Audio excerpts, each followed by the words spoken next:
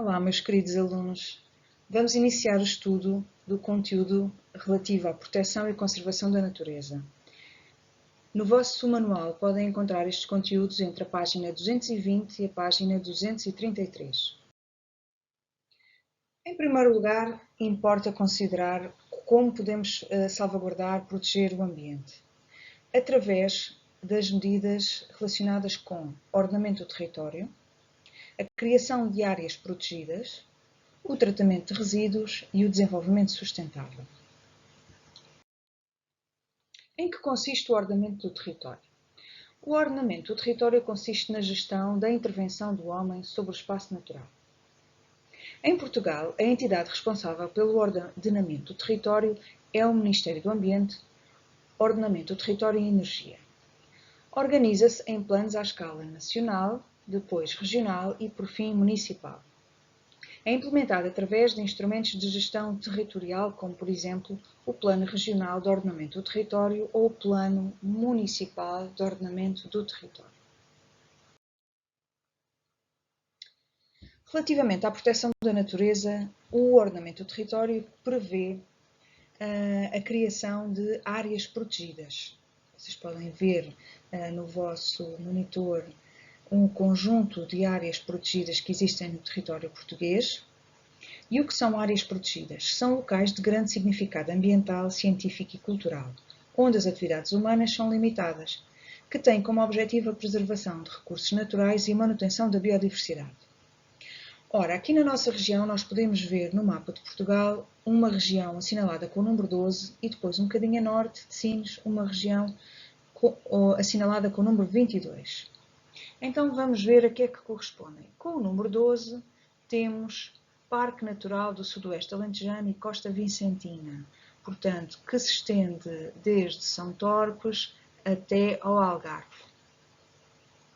A norte do Cabo de Sines temos a região com o número 22, que é a Reserva Natural das Lagoas de Santo André e da Sancha, que é uma área protegida que compreende a zona da Lagoa de Santo André e da Sancha, onde são protegidos um conjunto de espécies e de habitats, nomeadamente da avifauna.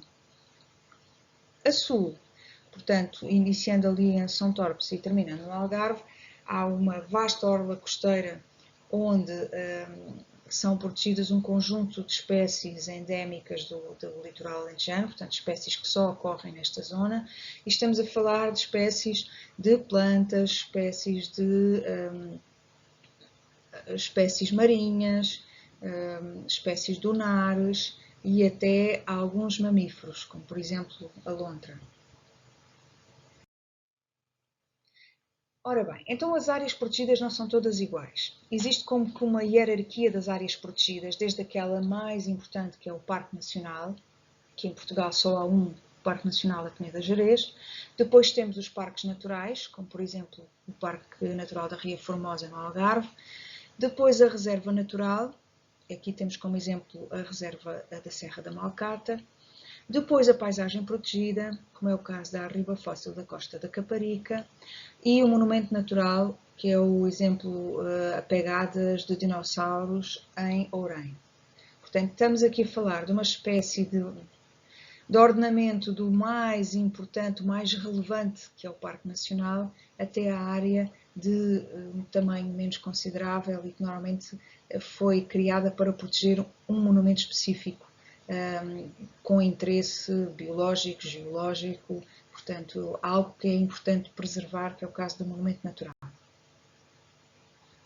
abordar cada um deles agora. No caso do Parque Natural, como já vimos, o único exemplo em Portugal é o Parque Nacional da Peneda Gerês, criado em 1971. E o que é que define um Parque Natural em termos de legislação? É uma área formada por vários ecossistemas pouco ou nada alterados, que inclui amostras de regiões naturais características, paisagens naturais e humanizadas e diversos habitats importantes para espécies com valor científico, ecológico ou educativo. Estamos a falar de regiões de grande interesse de preservação, onde, por lei, a ação humana é muito limitada, portanto é preciso autorizações para qualquer obra, qualquer edificação, qualquer construção. portanto, há leis muito apertadas quando tratamos de parque natural. Parque nacional, perdão. Parque nacional. Cá está, imagens do Parque Nacional da Peneda Gerês, onde há paisagens de grande interesse a nível da preservação, muito bem protegidas, onde a ação humana está muito limitada para podermos realmente preservar estas regiões.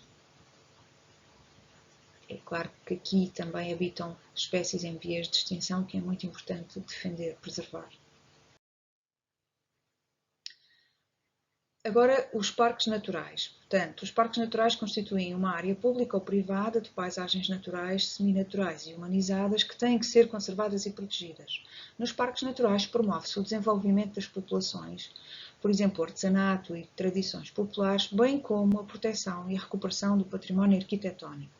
Existem em Portugal 13 parques naturais. Ou seja, num parque natural estamos a ver uma região onde há o interesse ou a preocupação de preservar quer a parte natural, a preservação das espécies, dos habitats, da biodiversidade, mas também a harmonia com o ser humano. Portanto, esta coabitação entre aquilo que são as atividades humanas tradicionais e a cultura portuguesa, juntamente com a preocupação da preservação do meio ambiente.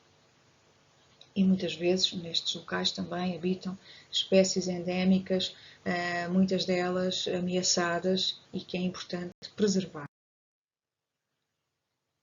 O exemplo que temos na nossa apresentação de Parque Natural é o da Ria Formosa, no Algarve, criado em 1987, uma região, portanto é uma zona úmida com fauna e flora características destas zonas.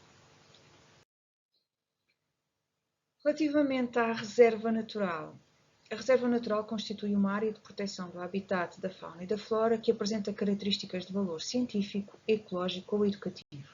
Numa reserva natural é impedida qualquer ação que altere a dinâmica dos ecossistemas. Cá está, uma reserva natural muitas vezes já poderá ser uma região com uma área menor, mas com grande valor paisagístico, com grande valor de preservação da biodiversidade e, como vimos, o caso da Reserva Natural da Lagoa de Santo André da Sancha é um bom exemplo disso. O exemplo que aqui temos da Reserva Natural é da Serra da Malcata, criada em 1981. É uma zona de montanha com presença de bosques e matagais mediterrâneos e a criação desta área protegida foi com o objetivo de preservar o habitat natural do lince ibérico. A paisagem protegida é constituída por paisagens que evidenciem grande valor estético, ecológico ou cultural. Eu acrescentaria científico, muitas vezes também é importante para a comunidade científica a preservação de determinadas paisagens naturais com interesse, por exemplo, geológico, e permitem ou prevêem uma interação harmoniosa entre o homem e a natureza, claro, sempre com a ideia de preservação. Paisagem protegida da arriba fóssil da Costa da Caparica é um exemplo do que acabámos de falar. Portanto, é constituída por uma antiga falésia, já não alcançada pelo mar. Como é uma zona protegida, a captura de animais, plantas e fósseis é proibida. Portanto, esta arriba tem valor geológico que importa preservar. Monumento natural é uma ocorrência natural de interesse cultural, científico, ecológico ou estético, onde se propõe a definição de áreas e medidas indispensáveis à sua preservação. O exemplo de monumento natural é as pegadas de dinossauros de Ourém, que foram criadas em 1997, a área protegida, naturalmente, não as pegadas. Localiza-se na Serra da Aire, numa antiga pedreira, e é um local onde se podem observar cerca de 20 pistas de dinossauros saurópodes, datadas do Jurássico, um dos quais com 147 metros de comprimento, o maior até hoje conhecido no mundo. Portanto, estamos perante uma zona que era uma pedreira, que era explorada, e em determinada altura fica a descoberto esta laje com estas pegadas de enorme valor científico. E foi importante criar esta área protegida para, precisamente, proteger esta pista de pegadas de saurópodes, que assim podem ficar à disposição dos investigadores e também do público em geral para visitas. E assim terminamos a abordagem às áreas protegidas. Obrigada.